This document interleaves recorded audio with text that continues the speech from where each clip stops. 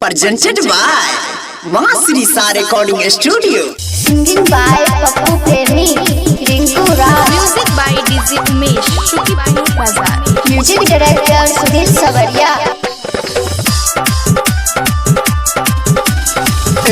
के छोरी बंगाल से नाच नाच के छोरी तू हमरा दिखा दे के छोरी बंगाल से नाच नाच के छोरी तू हमरा दिखा दे अपन जवानी के चीज तनका तू हमरा दिखाओ रे ऐसे आओ रे जिसे बोलाओ रे शीशे सटा के तानी लगाओ खाओ रे ऐसे आओ रे जिसे बजाओ रे शीशे सटा के तानी कमर हिलाओ रे Music by DJ Umesh. एखना हंसब सुन रहल छी मां श्री सा रिकॉर्डिंग स्टूडियो बाजीपुर मनीगाछी से बज गेलो आई 5 गे देख ले छोड़ा तू नाच रे देख ले छोड़ा तू नाच रे बज गेलो आई 5 गे देख ले छोड़ा तू नाच रे उमर छोटो हर कांच गे ठीक से बहुत तू नाच गे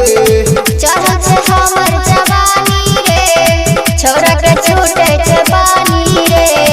देख छो सगरी उठल है घघरी चल के चीज दिखाओ रे ऐसे आओ रे जिसे बोलाओ रे शीशे सटा के तानी लगाओ खाओ रे ऐसे आओ रे जिसे बजाओ रे शीशे सटा के तानी कमर हिलाओ रे Music by DJ Umesh, Shukipur Bazaar. Music director Sudhir सवरिया जवानी छौका नहीं डर गे चालू कर देबो तोहर मीटर गे जवानी छौ तोहर हीटर गे चालू कर देबो तोहर मीटर गे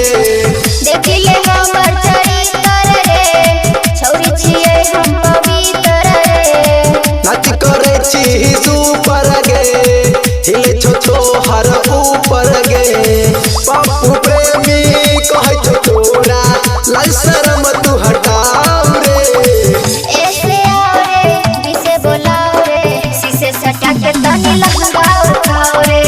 ऐसे आओ रे जिसे बजाओ रे शीशे सटा के तानी कमर हिलाओ रे एखना हंसब सुन रहल छी मां श्री सा रिकॉर्डिंग स्टूडियो बाजीपुर मनीगाछी से